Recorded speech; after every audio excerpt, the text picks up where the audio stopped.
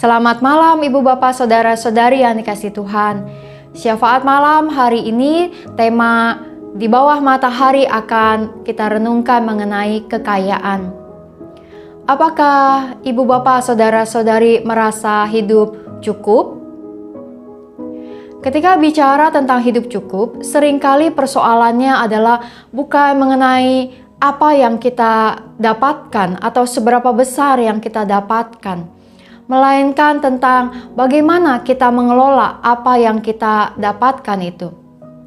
Ada orang yang hanya memiliki penghasilan sedikit, tetapi mampu mengelolanya dengan baik, menggunakannya dengan baik sehingga merasa bahwa hidupnya cukup. Namun ada orang yang memperoleh penghasilan yang besar, memiliki banyak harta, namun merasa tidak cukup atau merasa berkekurangan. Karena ada banyak pengeluaran yang juga harus dikeluarkan, serta karena tidak merasa puas dengan apa yang dimilikinya. Kitab Pengkhotbah pasalnya yang kelima, ayatnya yang ke-9 mengatakan, "Siapa mencintai uang tidak akan puas dengan uang, dan siapa mencintai kekayaan tidak akan puas dengan penghasilannya. Ini pun sia-sia." Sebagai seorang raja, sebagai seorang yang memiliki banyak hal dari sisi mata penulis kitab Pengkhotbah, maka ia melihat semua hal yang ia capai dengan kekayaannya, dengan uang menjadi sia-sia. Bahkan lanjut kitab Pengkhotbah dalam ayat 14, sebagaimana ia keluar dari kandungan ibunya, demikian juga ia akan pergi, telanjang seperti ketika ia datang, dan tak diperolehnya dari jerih payahnya suatu pun yang dapat dibawa dalam tangannya. Bukankah di masa pandemi ini, apa yang disampaikan oleh ayat ini rasanya dapat kita lihat di mana-mana. Keadaan ekonomi yang sulit bagi kita, orang-orang yang punya banyak hal tiba-tiba bisa kehilangan. Orang-orang yang bisa memiliki banyak perusahaan besar tiba-tiba harus anjlok karena sulitnya menjalankan bisnis pada saat ini. Dan sebaliknya ada orang-orang yang tadinya usahanya kecil atau juga mungkin kesulitan secara ekonomi, namun kemudian memiliki celah di masa-masa pandemi ini sehingga kemudian bisa memperbesar usahanya, bahkan membuka cabang dan kemudian memiliki ada banyak hasil dari pekerjaannya. Ibu bapak, saudara-saudari yang kasih Tuhan, adalah sebuah kesia-siaan kata kitab Pengkhotbah jika kehidupan kita hanya berfokus kepada harta, karena harta itu adalah sementara.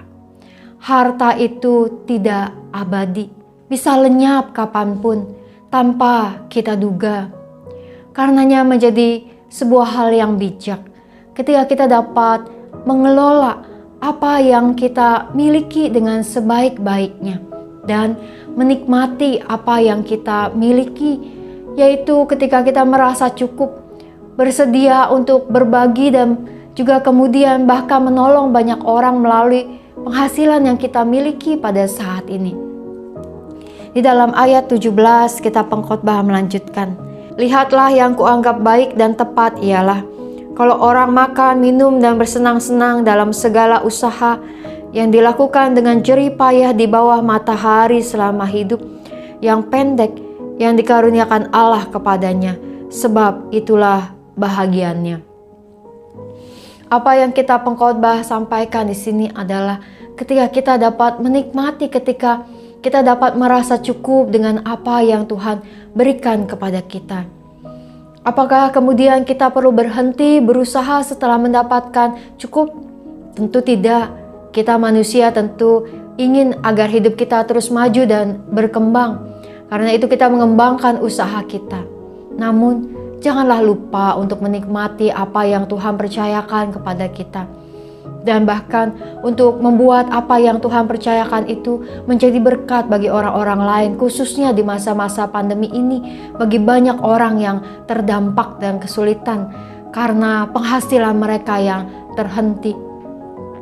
Ibu bapak, saudara-saudari yang kasih Tuhan, maka biarlah kiranya kita dapat mensyukuri apa yang Tuhan percayakan kepada kita, dan kita mau memfokuskan diri kita bukan kepada pemberian yang terbatas, yang sementara itu, namun kita mau memfokuskan diri kita kepada Sang Pemberi pemberian tersebut, yaitu Allah yang ada di atas matahari. Biarlah kiranya kita dapat bersyukur dan menikmati apa yang Tuhan percayakan kepada kita dan mengelolanya dengan bijaksana. Mari kini kita menaikkan doa-doa syafaat kita. Untuk yang pertama, mari kita berdoa untuk apa yang Tuhan berikan kepada kita menjadi rezeki kita, menjadi harta milik kita. Banyak atau sedikit, hal itu tidaklah menghalangi kita untuk bersyukur kepada Tuhan. Mari kita bersyukur untuk itu.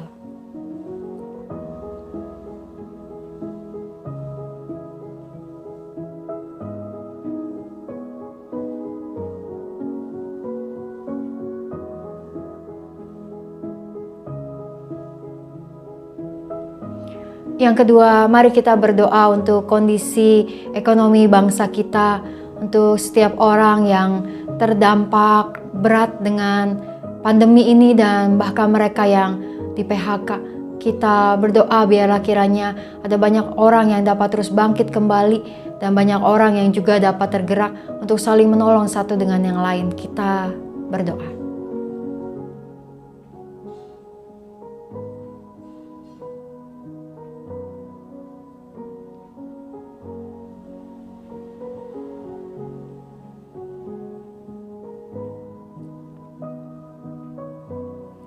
Yang ketiga, mari kita berdoa untuk penanganan COVID-19.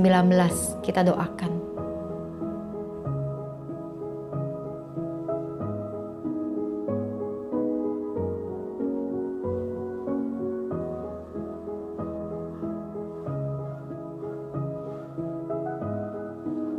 Mari kita berdoa.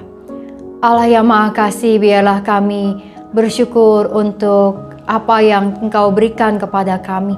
Dan mengingat bahwa semua harta milik kami adalah titipan yang sementara.